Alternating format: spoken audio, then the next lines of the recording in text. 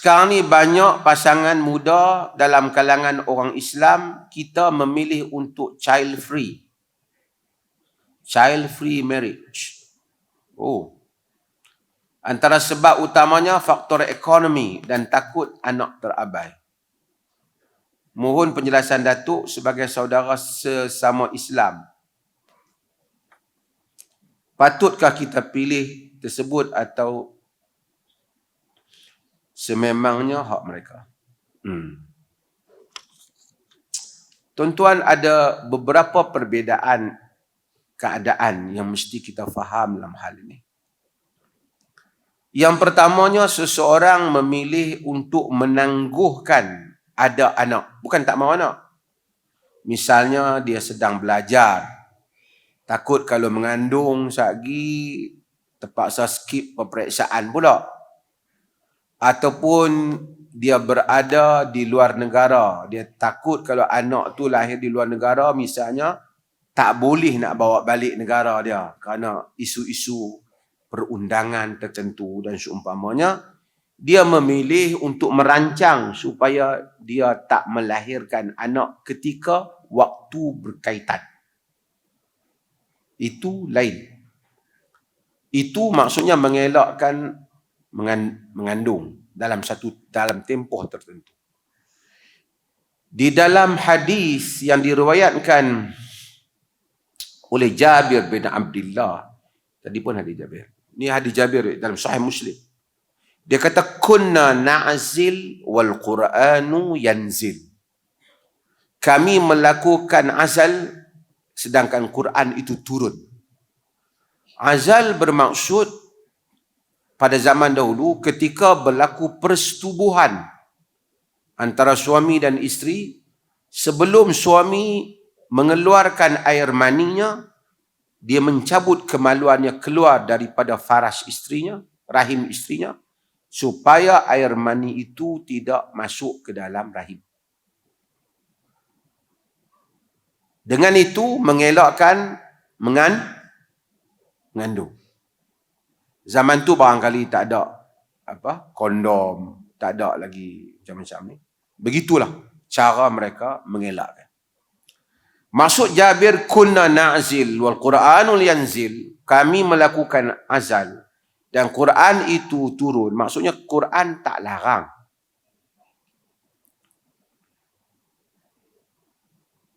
Azal itu. Okey.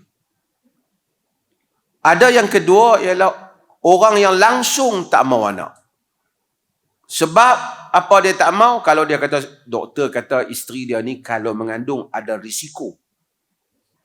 Ada logik dia.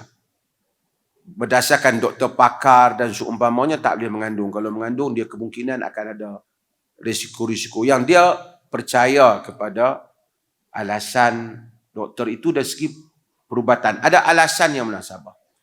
Tapi kalau dia kata, kita ni gaji sikit saja, kalau dapat anak macam mana nak bela anak ni? Ini tak boleh. Ini bererti dia bergantung rezekinya dengan gajinya. Quran kata, wala taqtulu auladakum khasyata imlaq. Nahnu narzuqukum wa iyyahum. Jangan kamu membunuh anak-anak kamu kerana takutkan kefakiran. Kami merezekikan kamu dan mereka. Ada orang ni dia kadang-kadang dia tak faham. Dia rasa kehidupan dan rezeki ni 1,000 tolak 100 jadi 900. Kalau anak ada seorang gaji 3,000, bagi ke anak ni bajet dia 500, kalau anak seorang lagi mai bagi jadi 500, tinggal 2,000 bayar sewa rumah tak cukup. Dia faham macam tu. Ada orang pendapatan dia katalah 1,500. Tapi super aktif. Duduk mai anak seorang. Dalam dia kata seorang letih lah, kita akan gaji sikit. Mai pula anak berikutnya. Gaji punya tu juga. Membesar dua-dua tu. Mai pula yang ketiga. Membesar yang ketiga tu. Soal rezeki. Urusan Allah Jalla wa'ala. Cuma kena berusaha lah. Dia jangan ada, kalau dia rajin buat anak, tapi dia juga memenangi pingat balok peringkat negeri, memang tak boleh lah.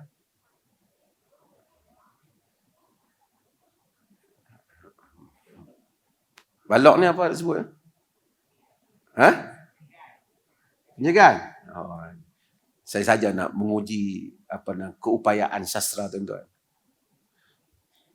Kalau dia pemalas, culas, itu masalah dia. Tapi kalau dia kerja, dia berikhtiar, Allah memberikan rezekinya. Wa man yattaqillaha yaj'al lahu makhraja wa yarzuqhu min haitsu la yahtasib.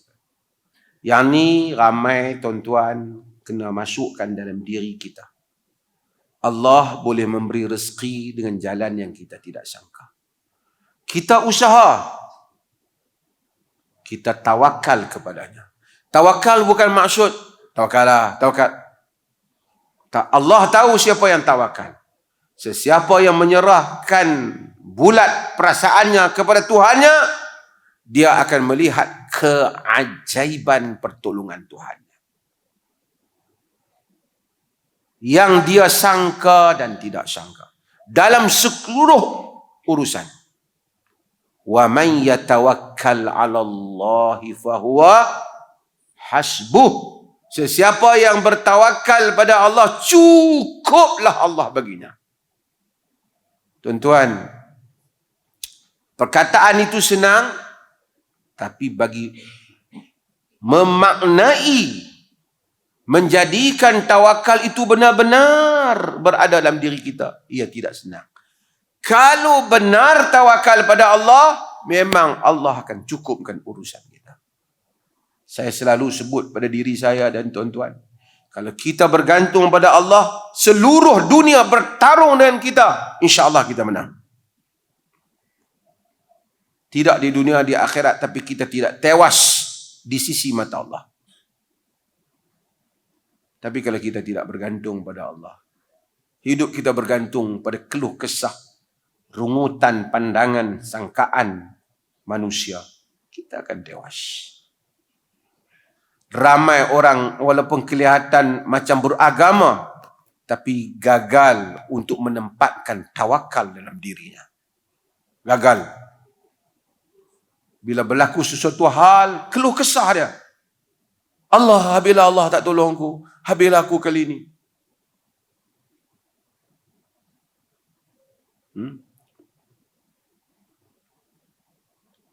Ana 'inda dhanni 'abdi bi. Aku bersama dengan sangkaan hamba-Ku padaku.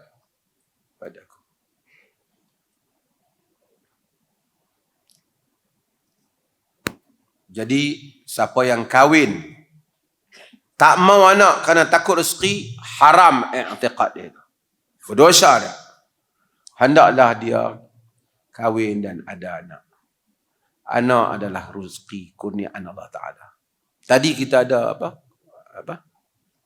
Forum pasal nafkah tadi. Tadi pun ada forum.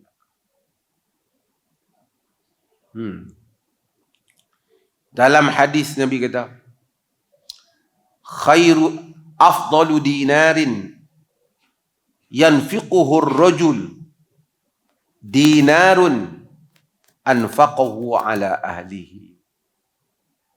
Sebaik-baik satu dinar yang satu orang belanjakan ialah dinar yang dia belanjakan untuk kaum keluarganya. Ala iyalihi, untuk kaum keluarganya. Dinar bubuh dalam tabung masjid untuk bina masjid. Duit yang diberikan untuk bina masjid, jihad fi sabilillah, macam-macam. Semua itu yang paling afdal yang kita bagi nafkah anak dan isteri kita makan. Itu the best di sisi Tuhan. Bayangkan anak isteri memang kaitan dengan kita. Allah jadikan pahala. Itulah pahala yang terbesar.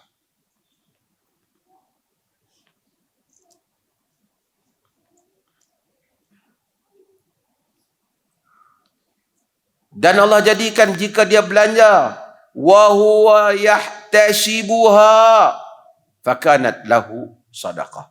Jika dia belanja untuk isteri, untuk family dia, dan dia harap Allah bagi pahala lah, hari ni aku keluar 100 beli makanan untuk anak-anak aku, itu baginya adalah sedekah.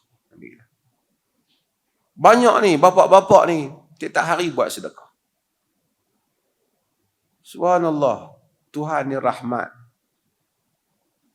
Sehingga hatta ma taj'aluhu fi imra'atik, sehingga apa yang kau jadikan dalam mulut isterimu, ia adalah sedekah.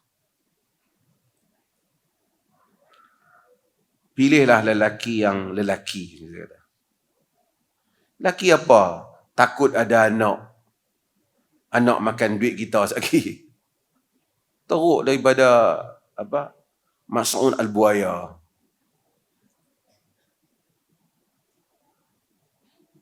Macam-macam orang fikir. Macam mana? Dia tak tahu hidup ni kebahagiaan dia apa. Nikmat orang ada anak. Tengok anak-anak dia membesar. Dia beramal. Mengajak isteri dan anak-anak bersolat. Mengajar mereka hukum hakam agama. Mengajak mereka taat kepada Allah dan Rasulnya. Nikmat. Dapat tersenyum, berbicara dengan anak-anak sendiri. Zuriat yang akan berdoa kepada dia. Bahkan orang mendoakan agar anak-anak itu bukan saja dengan keluarganya itu di dunia ini, juga di syurga bersama.